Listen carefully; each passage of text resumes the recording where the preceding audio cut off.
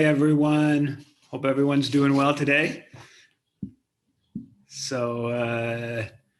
As you probably mostly know, I'm coming from Jojage, which has long been a meeting place of various First Nations, otherwise known as Montreal. I hope it's also nice and sunny wherever everyone is. Um, I thought I'd start off with some very good news. Justin Trudeau's foreign policy took a pretty significant blow yesterday with the elections in Colombia.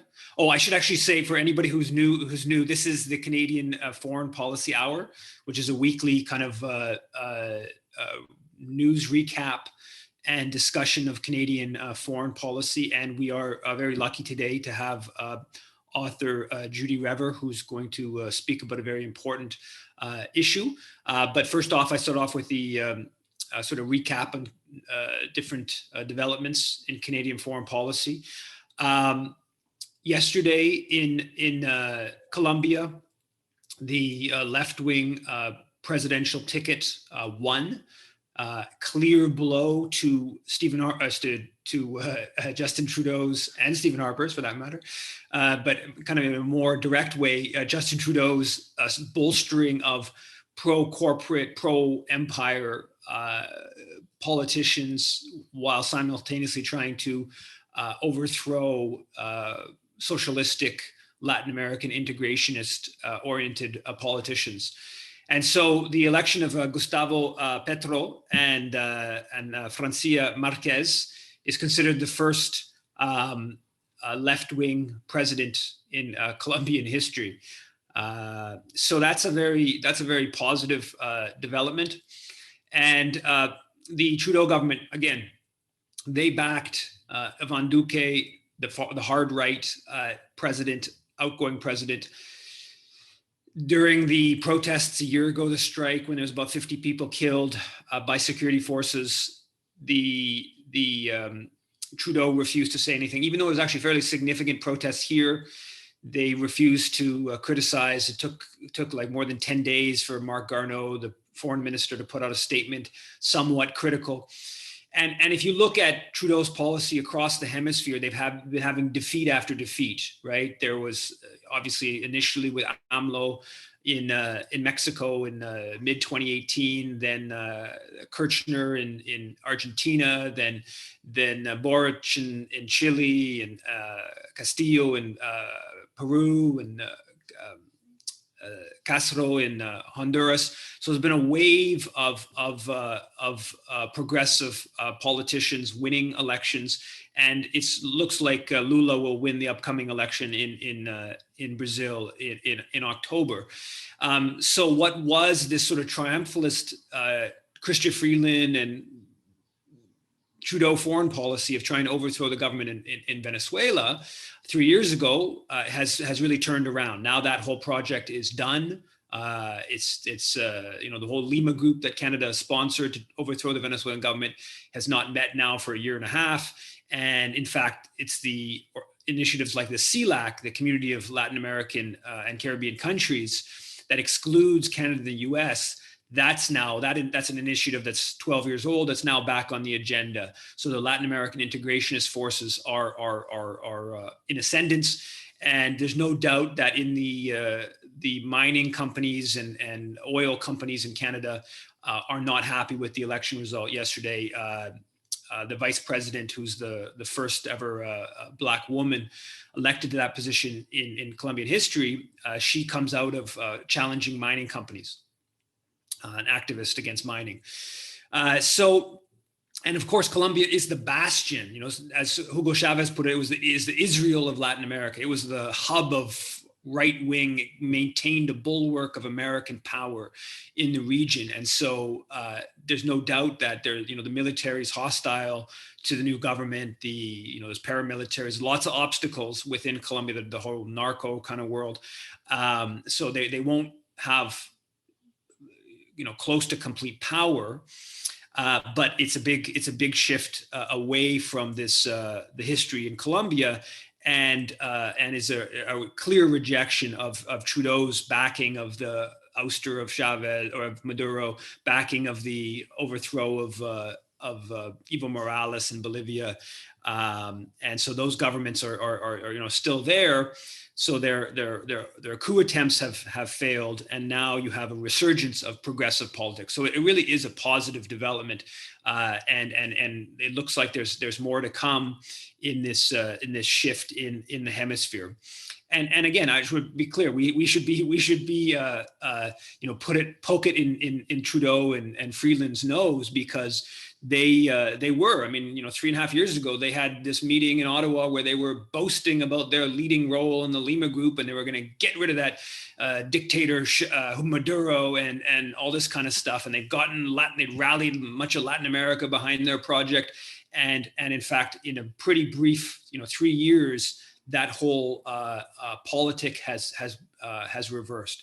So it is a very positive development. A less positive development was today's announcement by Defense Minister Anand that Canada is going to be spending $5 billion initially on expanding NORAD, or so-called modernizing NORAD, and I believe that the number is something like $40 billion over 20 years. According to David Puglisi, the Ottawa Citizen military reporter, a big chunk of that is new money. So there was a big increase in military spending in the federal budget, but apparently some of this NORAD money is actually going to be on top of that. That's not exactly clear. That's just on Puglisi's Twitter, but he's a pretty reliable source. And in the in the CBC article about it, they talk about how it's not just going to be about from the Arctic, which is the traditional what NORAD was, the idea of Soviet bombers coming across or Soviet missiles coming over the Arctic. In fact, they're saying openly that it's going to the radars are going to reach into the Pacific and the Atlantic. And this whole business of NORAD as a defensive arrangement, I've mentioned this previously, it's nonsense, right? It's nonsense. NORAD's weaponized space. In the 80s, NORAD was given a war on drugs mandate, so it was even engaged in the sort of American war on drugs in the hemisphere. It's provided logistical support to U.S. airstrikes across the globe, right, and support, of course, for wars in Iraq, Afghanistan, Libya, etc. So really, what we're seeing here is one more example of Trudeau government funneling public resources into strengthening the U.S. empire, which, of course, is what the Canadian military is primarily structured to do, which is to enhance and to support its southern neighbors' massive military apparatus. Another issue that came up, I mean, this is a kind of an ongoing issue. There was an article in the Globe and Mail, but I really think it's an important issue that doesn't get discussed enough from an internationalist perspective, which is the climate crisis and the Trudeau government once again failing. They make commitments that are not even sufficient commitments in reducing greenhouse gas emissions, and then they fail to attain those already limited commitments. And the Globe had a piece titled "Canada's 2030 Climate Targets for Oil and Gas Industry Not Feasible, Government Analysis Says." So basically, internal government analysis showed it's not going to work. The growing oil extraction is not going to allow for the government to hit their greenhouse gas emissions, which again is not in no way is a surprise. This is obvious to anyone who's paying attention, but it's just the confirmation of it. Now, the element that doesn't, obviously this, the climate crisis receives media attention, not as much as it deserves for the existential threat that it poses, but the element that really is under discussed is the international justice element to it, and basically, if you compare Canadian greenhouse gas emissions per capita to many countries in Africa, you find it's 50 or 100 to 1, right? Canada's 50 to 100 times more per capita emissions. And unfortunately, those who are feeling the brunt of the disturbances already tend to be those who live in places that are responsible for very limited amount of those current and historic emissions. So there's a real fundamental injustice. And then you go further when you start thinking about the issue more clearly, when you have Trudeau talking and boasting, back in 2017, how we're going to increase, we're not just going to leave this 173 billion barrels of tar sands oil in the ground. Any country that found that would exploit that. When he talks about that, if you think about that from an internationalist perspective, the tar sands oil is some of the highest carbon emitting oil there is out there. So from that perspective, it should be one of the first sources kept in the ground. But then you think about it further and you go like, hey, well, Canada's already a wealthy country that has a really large historic contribution to the climate crisis. So that's another further reason why Canada's oil should be kept in the ground first. Then you compare, wealth and resources between places. Well, Canada's a wealthy country. So obviously, you're not going to ask,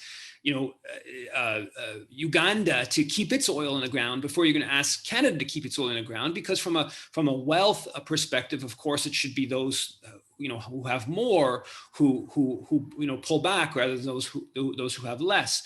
So when you start thinking about the climate crisis from an internationalist perspective, the idea that Canada would continue to expand this dirty oil from the tar sands is just outrageous. And very rarely is the question discussed from a internationalist perspective.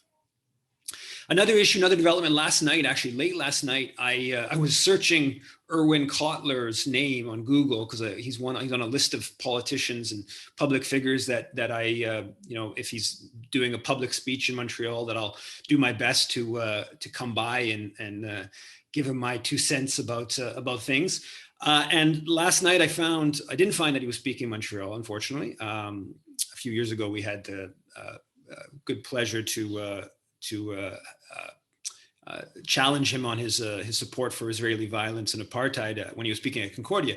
But what I did find was that Kotler, who of course is an official representative of the Liberal government, of the special envoy to combat anti-Semitism and Holocaust to remembrance, that Kotler in fact is speaking in a few months at the Ariel University. Ariel University is in the West Bank settlement of Ariel, deep into the West Bank. It's very controversial. And so here you have a representative of the Canadian government speaking at a university in the West Bank. Kotler claims when we disrupted him, Dimitri Lascaris, Malcolm Guy, and a few others a few years ago, he claimed that he believed in 2 states for 2 peoples. Of course, you can't have 2 states for 2 peoples, even if that notion, we don't get into that whole question, but the settlement like Ariel is a clear obstacle to that, to a 2 states and 2 solutions. So even for 2 peoples, so by Kotler's own standards, he shouldn't even be participating in such an event, but he is. And last week, there was also a development in terms of the Israel lobby and how they try to undercut Palestine solidarity. Liberal MP Yara Sachs had a thread on Twitter where she said that she was a victim of hate because some young people yelled, quote, "Stop supporting killing of Palestinians." And she said this was at a high school graduation for her daughter at Wonderland. And first of all, people can read her thread. I don't trust her as a source that what she says actually happened, first off. And she's, accused Liberal MPs of anti-Semitism for referring to apartheid and stuff like that in the past. So I don't trust her description. But even if her description was correct of what happened, which was just that basically people who were identifiably Jewish were targeted by these young people by saying stop supporting killing of Palestinians. Clearly, it's wrong if that's what was to transpire. Just somebody, because they're identifiably Jewish, to be accused of supporting killing of Palestinians. That's of course wrong. But it's totally hypocritical for someone like Yara Sachs to complain about it, because Yara Sachs, as I pointed out in an article, if you look through her Twitter, over and over again, she associates the Toronto, particularly the Toronto Jewish community, but Jewish community in Canada more generally, with Israel. She connects the two over and over again. So on one hand, she basically associates the Jewish community as the supporters of Israel. But when it's from a positive perspective, that's okay. But when somebody who's a young person who's sympathetic to the Palestinian cause does it, that's now not okay. So the hypocrisy there is pretty startling. But it's worse than that. Sachs was participated in the Walk with Israel on May 29th in Toronto, where thousands of people rallied for this Walk for Israel put on by the UJA Toronto. There was a counter protest to this Walk for Israel, and there was actually a group of Hasidic Jews who had a Palestinian flag. And a number of the supporters of Israel, there's a video of all this, crossed the street and to basically harass these non-Zionist Jews, to harass them. And one of them, you can see this on video, repeatedly gets up in the face of the individual standing there and says, quote, "Hitler made a big mistake. You should have been in the gas chambers." So here's these pro-Palestinian Hasidic Jews who are being told over and over again on video, quote, "Hitler made a big mistake. You should have been in the gas chambers." This is a flagrant example of anti-Semitism, of hatred against these individuals.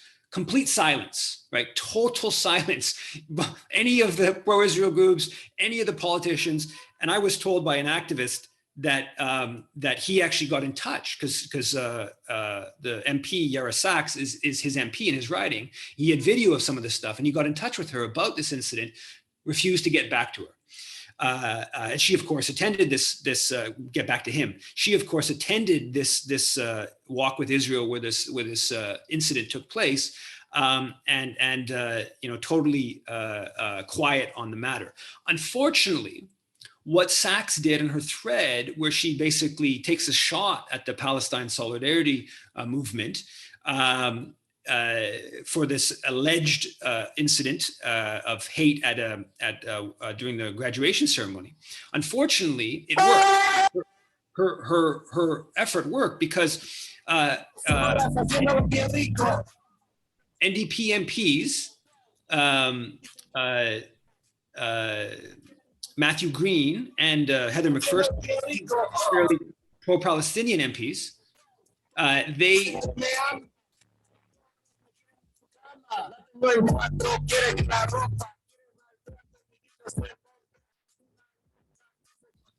sorry about that. That they NDP MPs actually tweeted out their solidarity, retweeted what Yara Sachs wrote, and basically took a shot. Somebody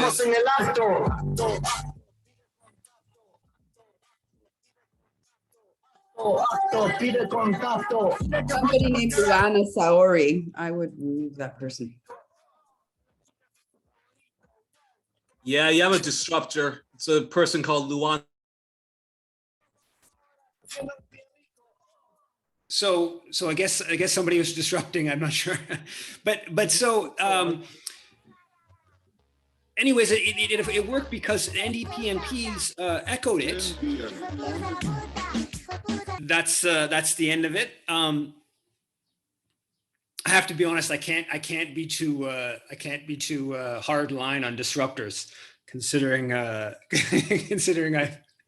I've been involved in disrupting some politicians, but yeah. So anyways, just to finish the point on the effectiveness of this thread and the shot at Palestinians, that unfortunately that's still very powerful way of undercutting Palestine solidarity by labeling it anti-Jewish. Now, I've probably taken a little too long here, so I want to get to Judy and hearing the question of Rwanda, Congo, and Canada's role in this.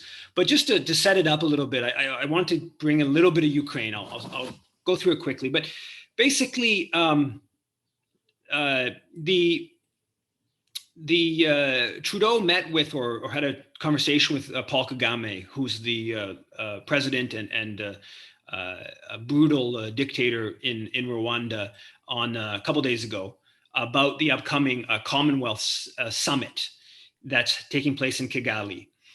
And in the readout of Trudeau's the official readout from the Trudeau government of his conversation, he says, quote, the two leaders exchanged views on Russia's invasion of Ukraine and noted that the invasion was contrary to foundational principles of the Commonwealth.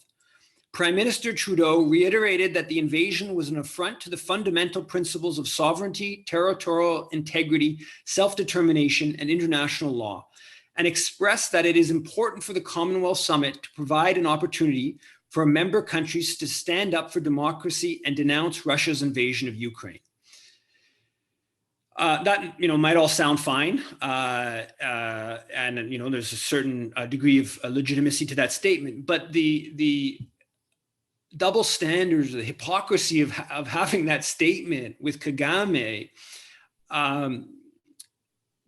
amidst a resurgence of Rwandan instigated violence in Congo that has displaced more than 170,000 people in recent months. And the Congolese say there's more than 500 troops, Rwandan troops, in supporting the M23 rebels that have long been a Rwandan-backed proxy force in Eastern Congo, and this has a deep roots that we'll get into, that Judy will get into. But just to give you a really quick summary, because I know a lot of people don't know much about what transpired in the Great Lake regions, and don't know much about recent Rwandan history. There's a lot of propaganda around it. But basically, in 1990, the exiled Tutsis that were exiled from 59 to 61, that were close to the monarchy as part of the independence process in Rwanda, they were exiled to Uganda, and about 4,000 who were in the Ugandan military, in some cases very high positions in the Ugandan military, they invade Rwanda, and that unleashes a 4-year war. Essentially, it's a Ugandan-backed invasion of this much smaller neighbor, Rwanda. That unleashes a 4-year war, huge amounts of displacement, huge amounts of killing. And there's peace negotiations that transpire, and basically as a way to avoid elections, which they had no chance of winning, the RPF, led by Paul Kagame at the time, they shoot down the plane where the president of Rwanda, Habyarimana, is on, to kill him, most of the high command of the Rwandan military. That then unleashes the genocidal violence that leads to hundreds of thousands of people being killed. And it also offers the opportunity for the RPF to take control of the country, take control of Kigali. They then launch an invasion of Congo in 1996, and they actually march, them and allied force, march all the way to Kinshasa, which is like 1,500 kilometers away, and topple the regime of Mobutu. Then the person they install, Kabila, Laurent Kabila, he basically expels the Rwandan troops, and then they reinvade a couple years later. That unleashes a 8-country war that lasts like 5 years. Millions of people, even up to millions of people, die in that fighting. There's Canadian mining companies that have their hands around in the invasion and contracts before they take control of Kinshasa. And so and then basically since that time, since the early 2000s, Rwanda has sort of repeatedly invaded. They've had their proxy forces running parts of east of the Congo, and quite frankly, causing incredible mayhem. And that's, we're seeing that play out right until today with this new resurgence in violence, which had calmed down in the past few years. So to discuss this, and so Trudeau and Canadian politicians more generally, but Trudeau specifically has had deep ties to Kagame. So Kagame has undoubtedly got the most blood of any African leader on his hands. And here you have Trudeau like really going out of his way to take photos with Kagame where they're smiling, and Harjit Sajjan was there, the development minister was there last month, and there's fairly significant amount, not incredible amount, but significant, about 40 million a year in Canadian aid to Rwanda.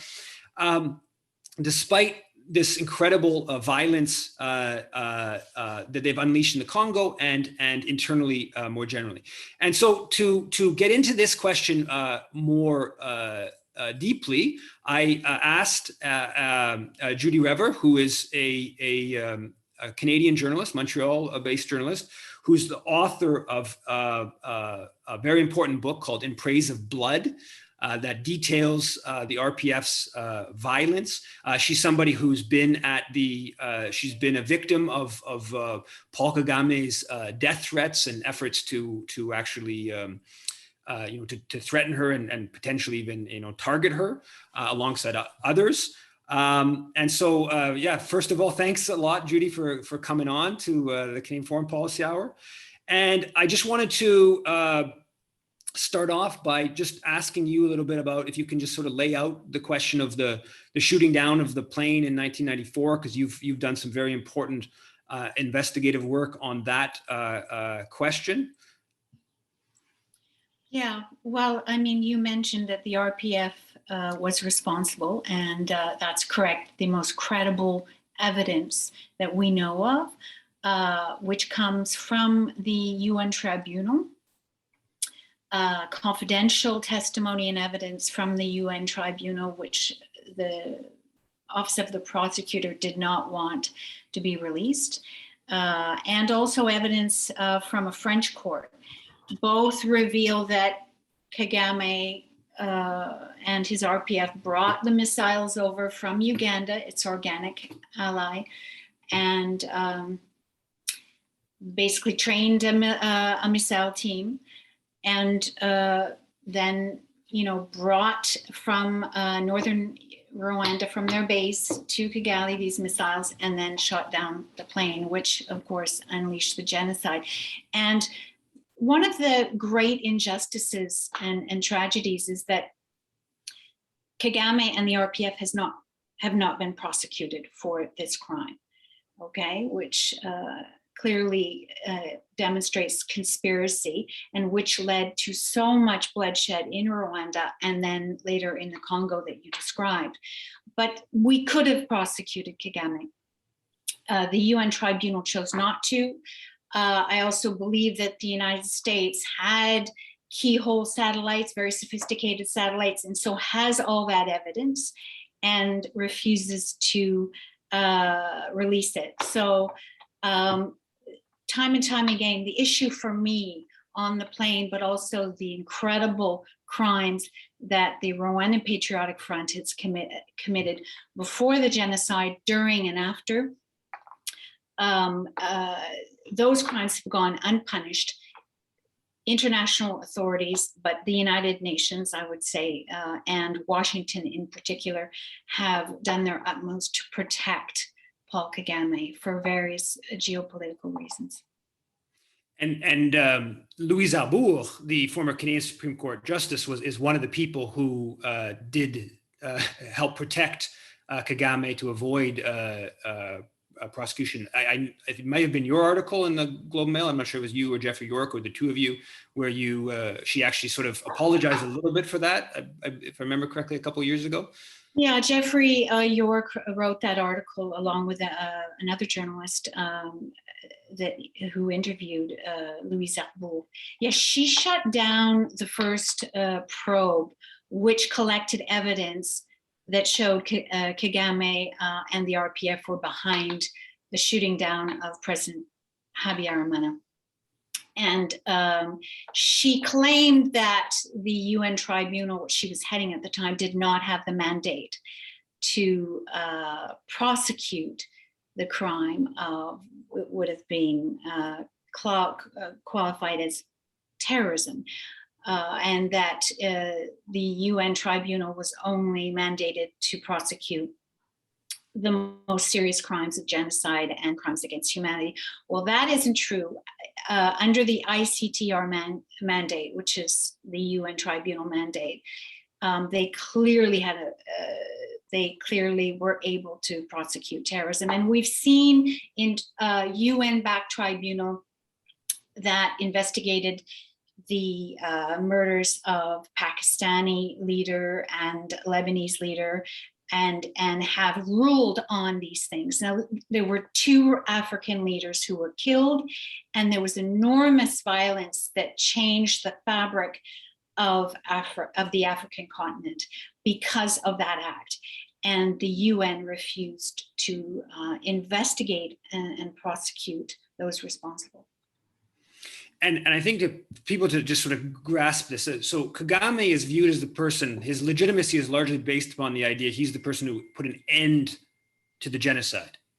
But there's a lot of evidence to suggest he's the one who instigated, he by shooting down the plane that unleashed the genocidal killing. So that's a pretty important question to be dealt with.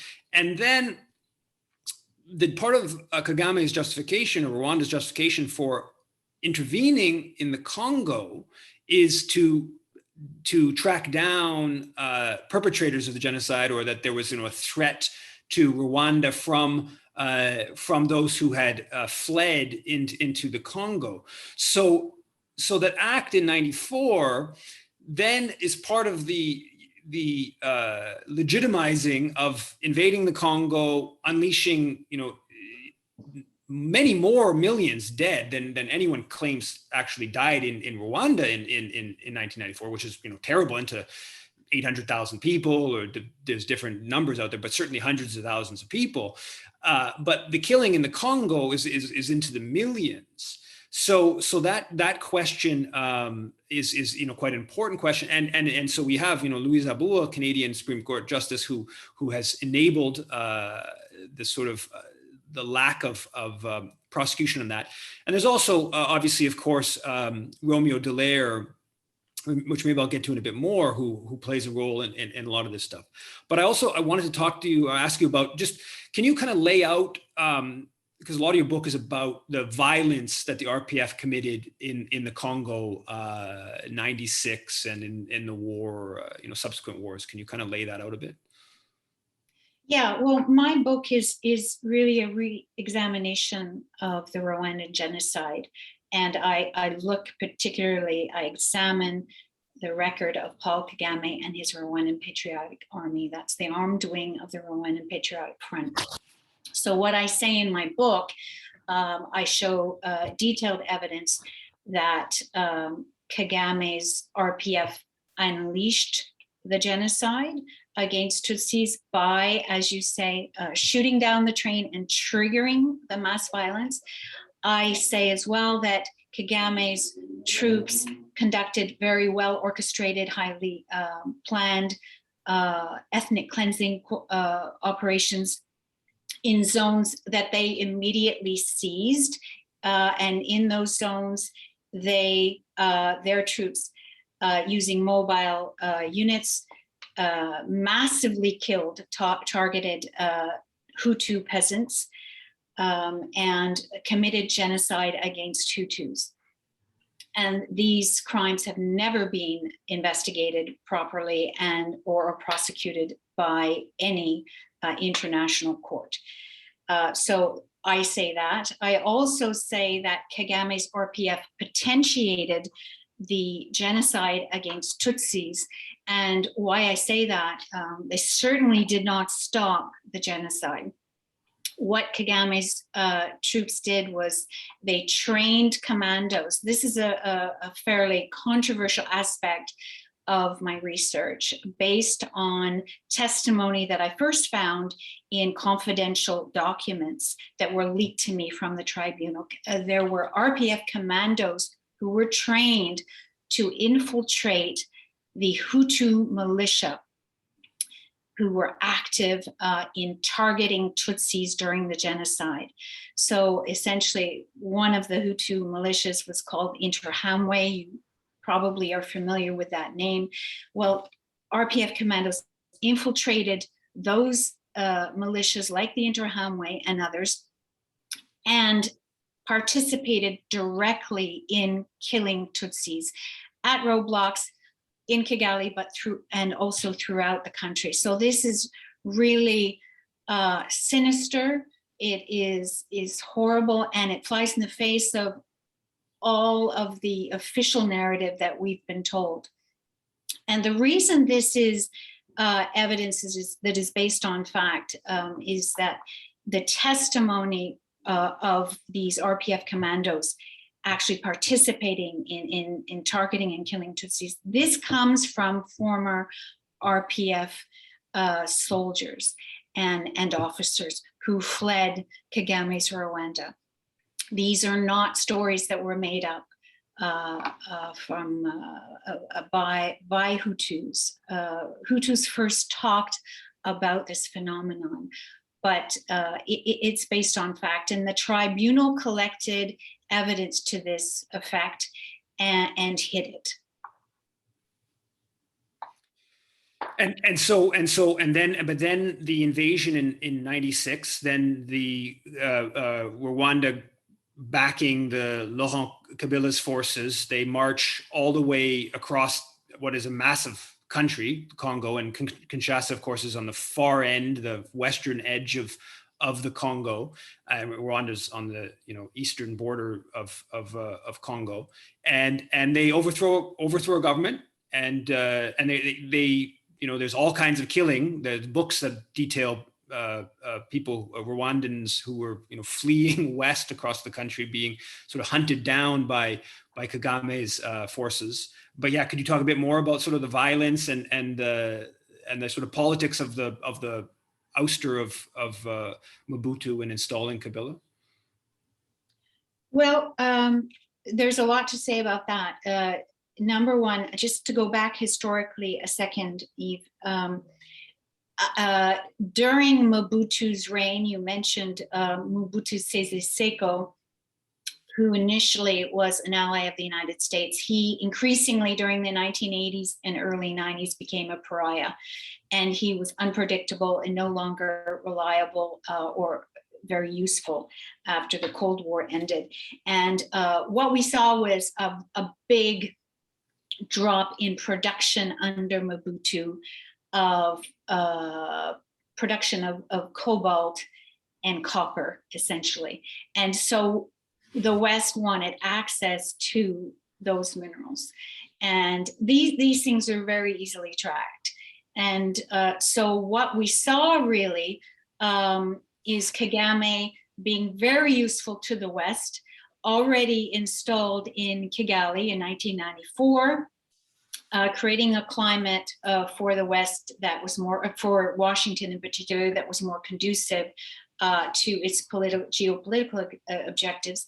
And essentially what we saw was a US-backed regime change in 1996-97. The US greenlit Kagame's invasion in 96, turned a blind eye to all the massacres that you were just referring to. And by massacres, I mean what the UN now calls potentially genocide committed by Kagame's troops against Hutu refugees, men, women, and children who had fled Rwanda in 1994 and who had set up in UN-run camps in Eastern Zaire. So Kagame invades in October 96, busts up those camps and uses the presence of those refugees as a pretext for invading, saying those refugees and the armed elements among them pose a military threat to him, and which was not true, of course, which was propaganda. His troops then tracked down, like animals, the Hutu refugees, chased them across Congo, the size of Western Europe. And the UN, more than 10 years later, came out with a report that was headed by a war crimes prosecutor in Montreal named Luc Côté, a very good report that said that the RPF may have committed genocide. Those crimes today remain unpunished. And so in the process, many Congolese were killed and then were introduced to Kagame's violence in 96, 97. A government, a pro-Kagame government was put in place, a pro-Western Washington government in 1997 in May. And then the country was unstable from thereafter. And the country has been in and out of low to higher intensity wars, mostly because of what you described as Kagame's or Rwanda's proxies, who have waged wars from, first of all, the AFDL to the RCD to another pro-Kigali militia called CNDP, and now the M23. And of course, there have been other militias and other armed groups who have killed Congolese civilians, but the big guns in Congo have always been the groups that have been backed by Uganda and particularly Rwanda. So Rwanda is seen by the Congolese as the principal instigator of decades of violence, and the number of people who have died from direct violence or war-related diseases, war-related causes, is over 5 million. It's absolutely incredible. And there's a resurgence of it. As the UN reported, 170,000 people have been displaced in Eastern Congo over the past 4 or 5 months. One report I saw. And the Congolese government is accusing Rwanda of dispatching troops to back up or to participate in the M23, their proxy forces violence. And the UN is saying that they have a objective to capture Goma, which is the main city in Eastern Congo. And so, capturing Goma would lead to certainly hundreds and hundreds of thousands more people being displaced, and probably many, many more deaths. And yet you have Justin Trudeau, who, while this is going on, he has a conversation. He puts out a statement about how we're going to try to stop this Commonwealth summit that's taking place in Kigali, that's going to try to stop foreign invasions and is going to defend international law. Pretty remarkable. Clearly, as I've said many times before, what Russia's done in Ukraine is a clear violation of international law, and it's brutal. There's a whole context to that we do need to discuss. It doesn't get discussed enough, but nonetheless, that I think is correct. But to have that conversation with Kagame, not only when he has a whole history of having done something, quite frankly, far worse than what Russia's done in Ukraine, but is it in the process of resurgence of that violence is pretty remarkable. You tweeted out about the sort of hypocrisy of Trudeau, and there's a Globe Mail article that you tweeted. But yeah, can you just sort of comment a little bit about the here and now of Trudeau and Kagame and violence in the Congo? Well, I think that statement by our Prime Minister was not only hypocritical, but it was tone deaf. I don't know who is advising Trudeau on his policies, and given the fact that in a couple of days he's going to be in Kigali, and he I wouldn't say bragged, but spoke eloquently about his meeting with Kagame, and talked about what he referred to as the unjustifiable and illegal invasion of Ukraine by Russia. And that's exactly what Kagame has done for years and has done again with this resurgence, reemergence of the M23 in Congo. That's exactly what the Congolese are doing. So it's absolutely tone deaf of Trudeau to make that kind of statement.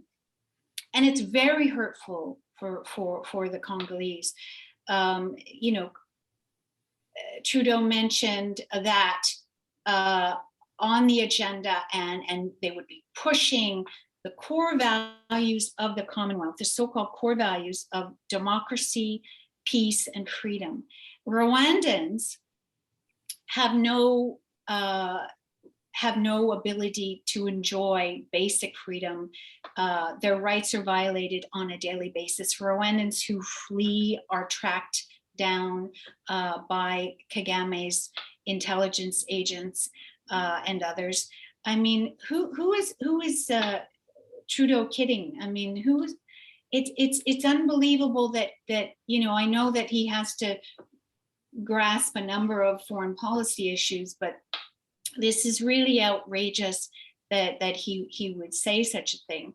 I don't particularly think Trudeau has a special relationship with Kagame. I think that Canada is a junior partner of the United States government, and you know, the United States has certain objectives, and also Canada is this center for global mining finance. And so there's no chance under the Liberal government to change course and do what's right and pursue a principled policy. I don't think there's any chance of pursuing a principled, progressive policy on Central Africa.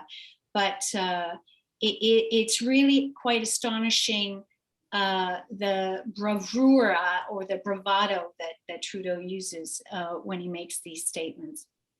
But I agree with you broadly there, but I do think there is an element of a special relationship with regards to Romeo Dallaire and the sort of all the sort of mythology that's tied up with Romeo Dallaire and Rwanda.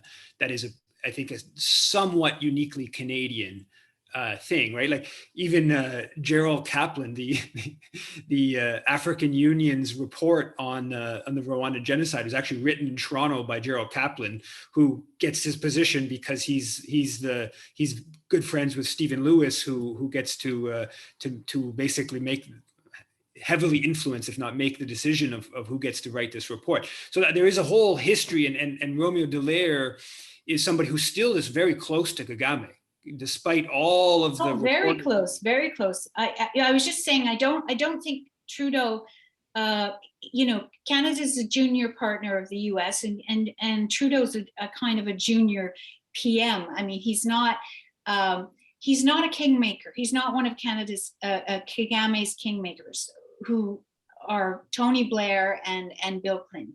These people have helped make Kagame king. You're right about Romeo Dallaire. Romeo Dallaire's, the Dallaire Institute a few weeks ago, I mean, you mentioned our international development minister going to Kigali.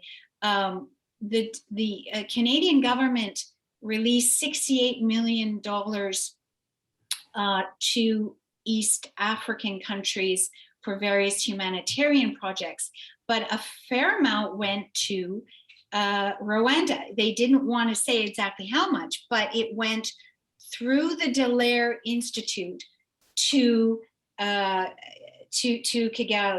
And the Dallaire Institute is spinning this as working towards funding projects that would limit or provide awareness against the recruitment of child soldiers. If there is any country on the African continent that has recruited child soldiers in the last few decades, it is Rwanda.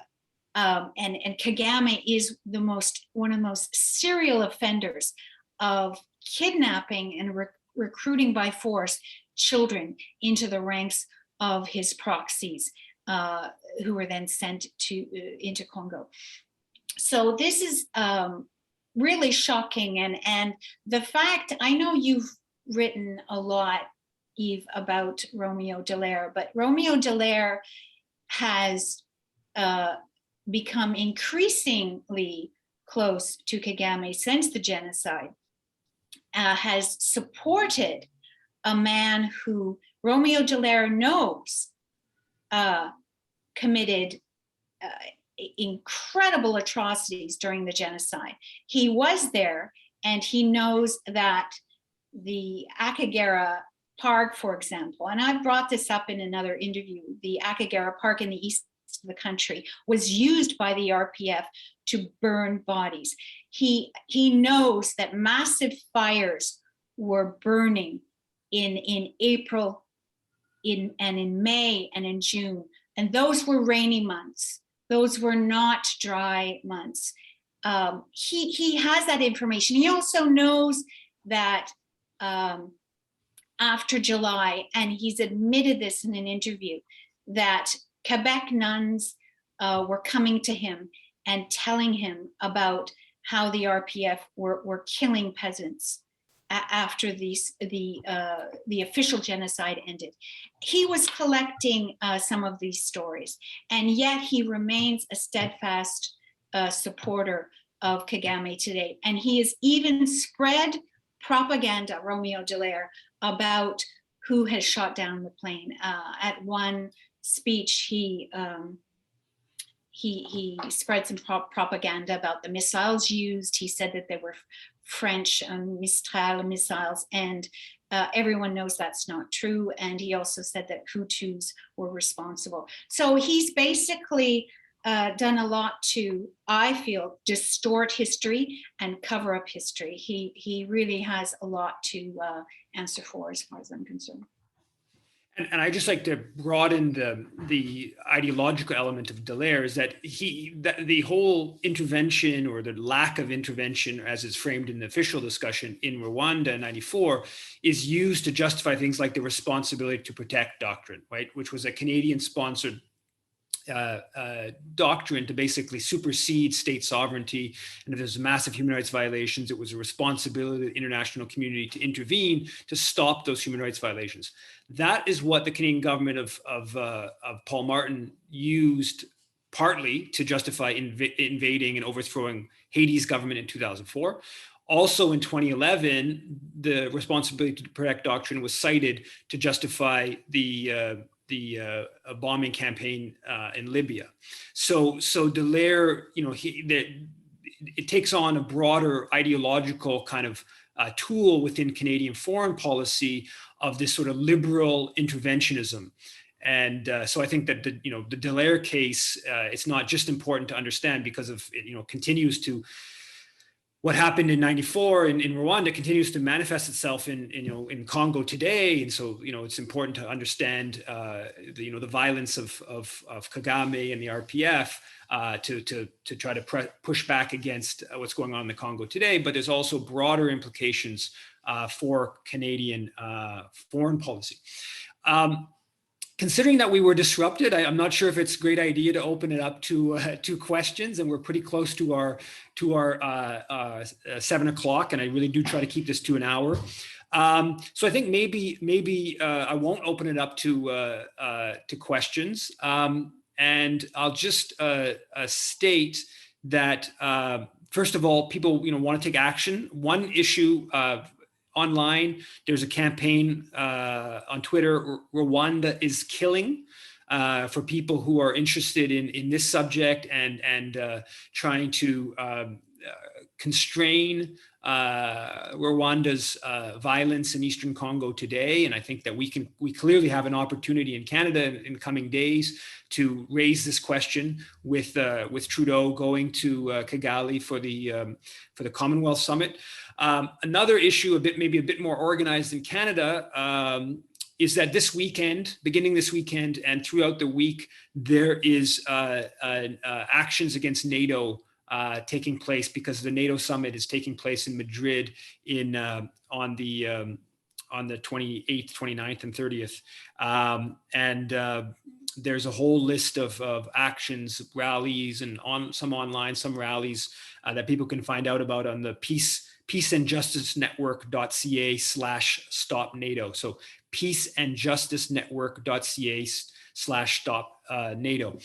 So this is the end. I want to thank Judy for excellent discussion, and thanks everyone for coming out. And if people have other ideas for themes and stuff like that for next week or coming weeks, please do send me an email or send me a message.